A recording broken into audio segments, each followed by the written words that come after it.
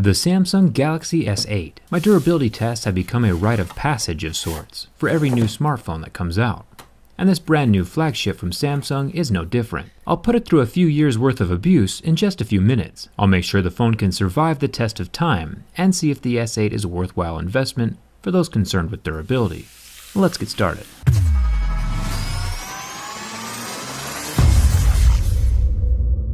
This orchid gray color is the one lucky enough to end up on my desk.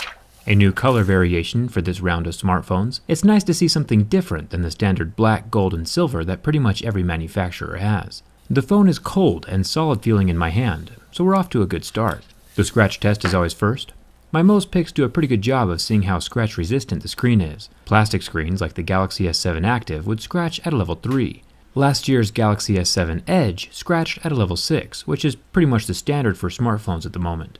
A sapphire screen would get into the levels 8 or 9 on the hardness scale, and I'm working on getting my hands on one of those phones, but they're pretty rare. The good news is the Gorilla Glass 5 on this Galaxy S8 scratched at a level 6, so your normal keys and coins won't do any damage to this glass. There is no physical home button on the bottom of the screen. Aesthetically, it looks pretty sweet. I'm a fan of the larger screen size taking up the whole front face. Looking at the earpiece is where I run into my first issue. Definitely a minor issue, but still something to think about. The speaker grill is recessed slightly below the glass surface, which is a very interesting design choice. If it was protruding like on the Galaxy S7, it would help protect the screen a little by not allowing the glass to rest directly on a surface if set face down. Or maybe if it was flush like the LG G6, at least it would look cool and uniform with the rest of the screen.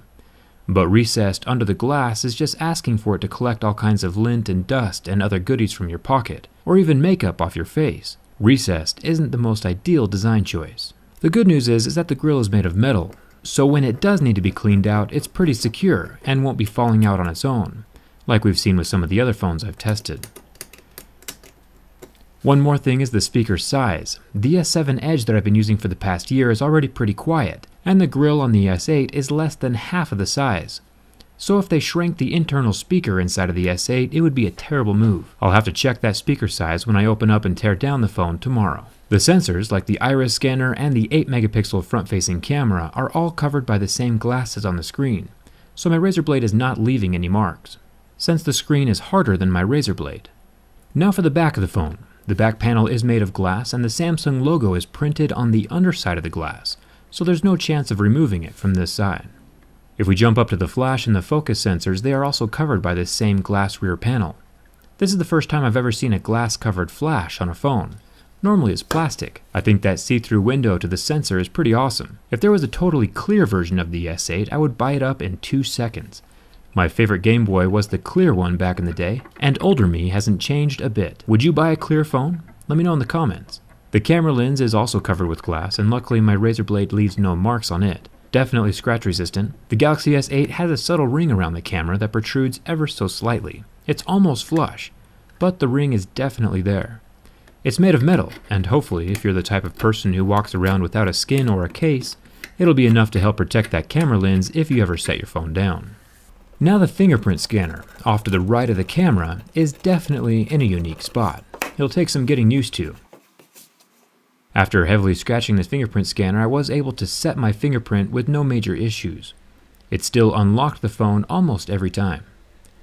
Without looking though, it was pretty hard to differentiate between the camera lens and the fingerprint scanner with my fingertip, since they are pretty close together. Hopefully muscle memory will improve with time, and I'll get better at it. Now it's time for the hypothetical apocalypse test. The Galaxy S8 has a 5.8-inch Super AMOLED display. Now in the past, when I roast an AMOLED display with my lighter like with the Galaxy S7, it'll start to go white after about 10 seconds and never recover. But this Galaxy S8 lasted 30 seconds. The screen still went white, but then completely recovered.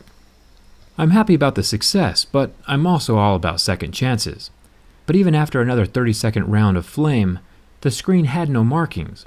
Definitely impressive. Speaking of apocalyptic scenarios, I talked Audible into giving a free book to every single one of my subscribers. So if dystopian novels are your thing and you like free stuff, I highly recommend Fahrenheit 451 by Ray Bradbury, or another book called 1984 by George Orwell.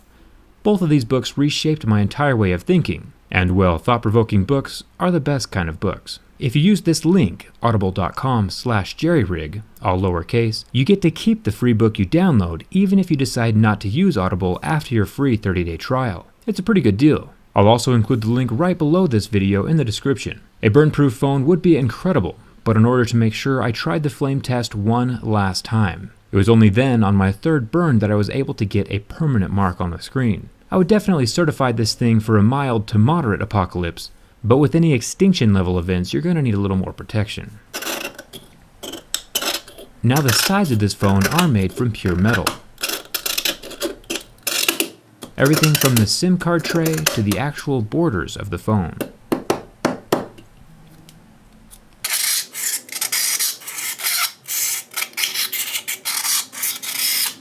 The phone might look a little beat up at this point, but it's still less violent than Flying United.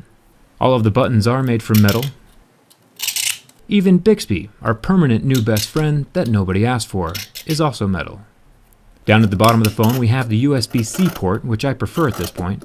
The transition to USB-C is pretty much mandatory on all flagships this far into the game. There's also a headphone jack down here. You can charge your phone and listen to music at the same time. How ridiculous would it be if your phone couldn't do something basic like that? Another interesting thing about the Galaxy S8 is that the rear panel is structural. It's embedded inside the metal frame, instead of resting on top. I managed to permanently borrow the rear back panel off of What's Inside's Galaxy S8 that we cut open a few days ago. It looks like the glass coloring can be scraped off from underneath the glass, leaving a cloudy clear surface behind the logo. I think it looks pretty cool. That clear Galaxy should definitely be a thing. It took several hard hits with my knife to destroy the back panel, and when it finally did crack, it spiderwebbed similar to the LG G6, where everything was still relatively intact, much safer than the HTC Ultra, where the large unlaminated glass chunks were falling off all over the place. And now it's time for the ultimate test of build quality, the bin test. 2 years ago, the Galaxy S6 was the first phone I ever did a durability test on, and Samsung has never disappointed since when it comes to building physically solid devices.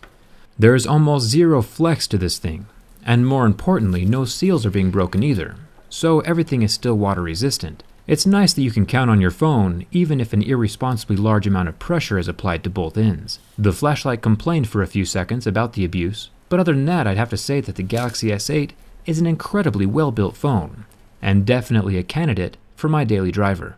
My Twitter and Instagram followers got a spoiler-free preview of the phone before this video went live, so if you like seeing tech tested, follow me over there. And don't forget your free 30-day trial from Audible. For real, it's free. With Audible, you can read or listen directly from your phone, so you'll always have something productive in your pocket. Link is in the description. I'll see you guys tomorrow for the teardown. Thanks for watching. I'll see you around.